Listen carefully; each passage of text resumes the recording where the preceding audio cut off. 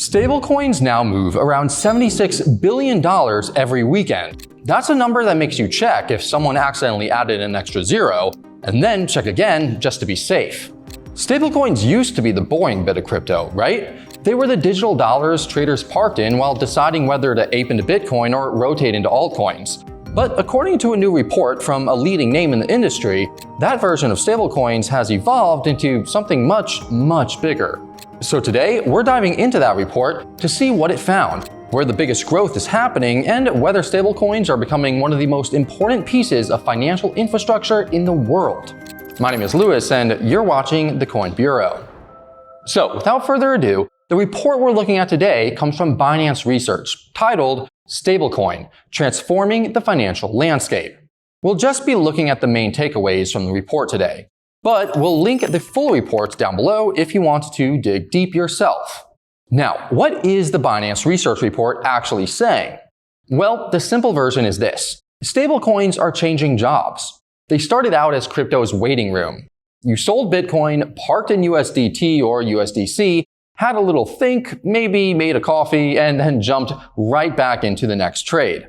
But the report argues that stablecoins are no longer just where money waits. Increasingly, they are where money actually lives. The report frames this using a very old idea from economics. Money usually has three jobs. It stores value, it moves value, and it settles value. In normal human English, that means that money should help you save, pay, and finalize transactions. Binance Research says that stablecoins are now starting to do all three. So less casino chip between trades and more digital dollar with a passport, a bank account, and apparently no need for downtime. So different people are using stablecoins for very different reasons. For one person, a stablecoin might be a way to protect savings from a weak local currency. For another, it might be the cheapest way to send money overseas. For a trader, it might be a settlement layer that keeps working after traditional markets have gone home for the weekend and put on sweatpants. The first major signal Binance Research points to is not volume, but behavior. The report says that among Binance users with at least $10 in portfolio value, 30% now hold more than half their portfolio in stablecoins. Back in 2020, that figure was just 4%. Now that is a massive shift. And then there is the yield angle. According to the report, Binance Earn claims to have distributed around $1.2 billion in stablecoin rewards since 2022. Now, that is not the same as saying this is risk-free income, because it is absolutely not. But it does show that stablecoin holders do not just want dollars sitting in there doing nothing. They want those dollars to at least get off the sofa and do a few chores for them. The report compares historical on-chain dollar yields of around 2% to 4% with U.S. national savings deposits average of 0.38%. For someone in a developed market, that may sound like a better savings product. But for someone in an economy with high inflation, limited dollar access, or weak banking options, it could really make a difference, giving them access to a financial tool they simply did not have before. But so far, the most revealing part is premiums. Binance Research says that 87% of fiat currencies trade at a premium when used to buy stablecoins. And that premium rises with inflation, about 4% in normal inflation environments, 27% in high inflation economies, and 62% in hyperinflation economies. And let's be honest, nobody pays 62% extra because the app looks pretty. That just signals urgency. So the takeaway here is pretty clear. Binance Research is arguing that stablecoin demand is evolving from traders chasing the next move to people trying to preserve value, access dollar-like assets, or earn a yield that traditional options may not offer them. And when the users are both holding stablecoins in larger amounts and paying premiums to get them, that shows you that there is very strong demand.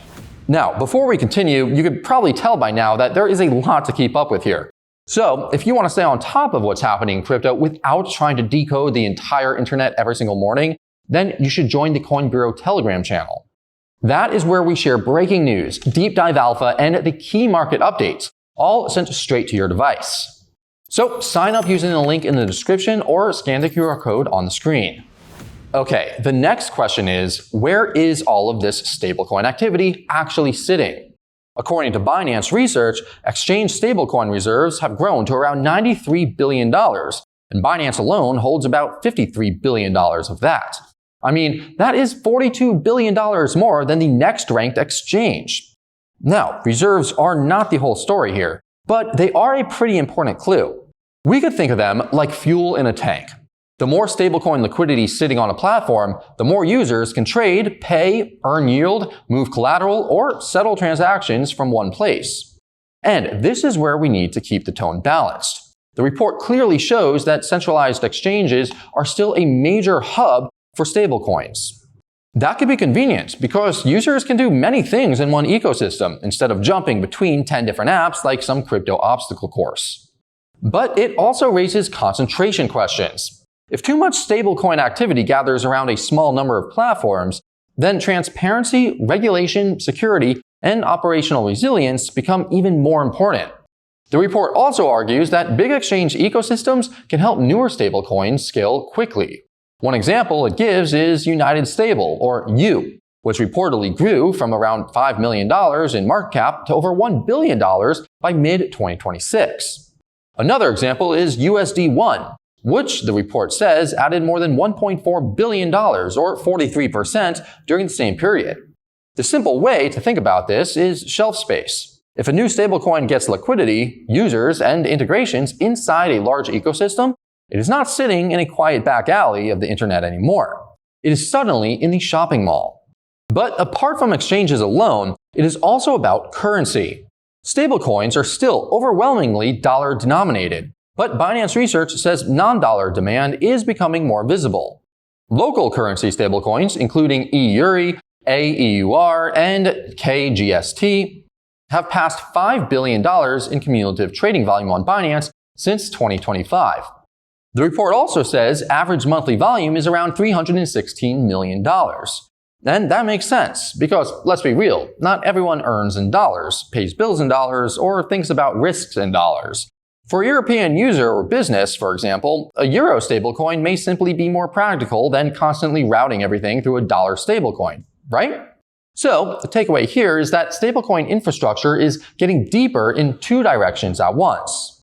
On one side, liquidity is concentrating around major exchange rails. On the other, the currency mix is slowly broadening beyond just the US dollar. Put those together, and the story of the stablecoins seems to be moving towards more distribution, more infrastructure, and gradually, more ways for different users around the world to actually use them. Let's make one thing clear. Market cap tells you how many stablecoins exist. Transactions tell you whether people are doing anything useful with them. Think of it like cars. Counting supply is like counting how many cars are in the garage. Transaction data tells you whether anyone is actually driving. According to Binance Research, BNB chain averages around 10 million stablecoin transactions per day, with about 15 million monthly active stablecoin addresses. The report also says BNB chain has processed over 5.3 billion stablecoin transactions since 2025.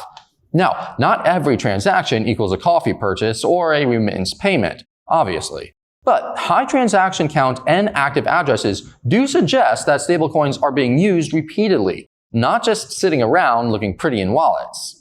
Oh, and then there is Binance Pay. The report says monthly merchant payment volume has grown 114% year on year, and stablecoins account for 98% of total payment volume. Even more interesting, the median merchant ticket size rose from $10 in 2025 to $18 in 2026. That may seem like a small jump, but that's how it starts. People usually test new payment tools with small amounts first. It is like trying a new food delivery app. You start with an easy meal. If that works, maybe next time it's groceries. Bigger payments usually mean more confidence. Now, let's focus on the regional layer a bit. And the simple takeaway is this. Different regions use stablecoins for different jobs. In some places, the main use case is saving. In others, it is transfers. And in more developed trading markets, it can be settlement. For example, East Asia and the Pacific accounts for around 70% of Binance earned stablecoin balances. MENA is the fastest growing earned region, with its share rising from 5.53% to 9.21%. Latin America and the Caribbean saw stablecoin transfer share rise from 17 to 38%. And North America excluding the US, posted the largest gain in local currency stablecoin trading. So the big picture looks pretty simple. Stablecoin adoption is becoming more practical, but also more local. The same asset can be a savings tool in one country, a remittance rail in another, and a trading settlement layer somewhere else. Same stablecoin, different job description. And it will be exciting to see how the regions keep evolving. Now we get to the part of the report that feels the most futuristic. Money that never sleeps. So we know that traditional finance still has a lot of please come back Monday energy. Banks close, markets pause, and settlement windows still behave like they need a lunch break. Stablecoins don't really work like that. Binance Research says adjusted stablecoin transfers average around $76 billion every weekend, or about $38 billion per day. The report compares that with Visa's average daily transaction volume of roughly $40 billion. And speaking of weekends, financial news does not politely wait for opening hours. A macro shock, currency move, or market panic can happen on a Saturday. Traditional rails may be asleep, but stablecoin rails are still awake, still moving, and probably over-caffeinated as the numbers duly suggest. Oh, and then there are AI agent payments, which sounds slightly sci-fi until you see the numbers. The report says the median X402 payment size is just 34 cents, while machine payment protocol transactions are around 8 cents. Credit cards were not really built for one robot paying another robot pocket change to complete some tiny internet task. This just makes stablecoins so interesting here. For very small programmable payments, traditional fees can be larger than the payment itself, which is obviously a problem.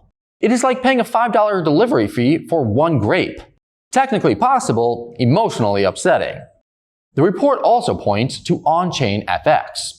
Non-dollar stablecoin pairs have reached over $3 billion in volume year-to-date in 2026, up 670% versus the comparable period in 2024. Now, compared with the global FX market, which turns over more than $7.5 trillion per day, that is still tiny.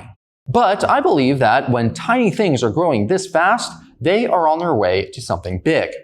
And finally, Binance Research sketches out the bigger idea, a payment stack with fewer intermediaries. That means savings, trading, paying, borrowing, transferring, and swapping currencies without constantly jumping through banks, card networks, and FX middlemen. That is not guaranteed, and regulation still has its say. But it is clearly the direction that the report wants us to pay attention to. So when the report calls this money that never sleeps, that may sound like some catchy phrase, but it is actually describing money that can move when banks are closed, when markets are shut, and even when the user is not a person at all. So is this a mic drop or what? So after all of that, the big takeaway from this Binance Research report is pretty simple. Stablecoins are no longer just sitting in the background of crypto. They are being used to save value, move value, and settle value. Or in even simpler terms, people are holding them, sending them, spending them, and building financial workflows around them. And what makes this interesting is that these use cases are not all coming from the same place. In one region, stablecoins may be about protecting savings. In another, they may be about cheaper transfers. For traders, they may be about 24/7 settlement. And for AI agents, apparently, they can be about paying each other tiny amounts of money to do tiny robot things. But of course, none of this means stablecoins are risk-free. Peg stability, reserve transparency, regulation, exchange risk, and concentration across major platforms are all still do have a lot of influence on how things turn out. So the point is not that stablecoins magically fix finance. The point is that, according to Binance Research, they are becoming harder and harder for finance to ignore as they become a core part of the global economy. And that is all that we have time for today. But what do you think? Are stablecoins the future of all finance? Or is there a little bit too much hype here? Let us know your thoughts down in the comments below. And if you want to find out why stablecoins are prime competitors for the likes of JP Morgan, well, you can watch our video on that right over here. That is all from me for today. And as always, thanks for watching, and I'll see you again in the next one. This is Lewis, signing off.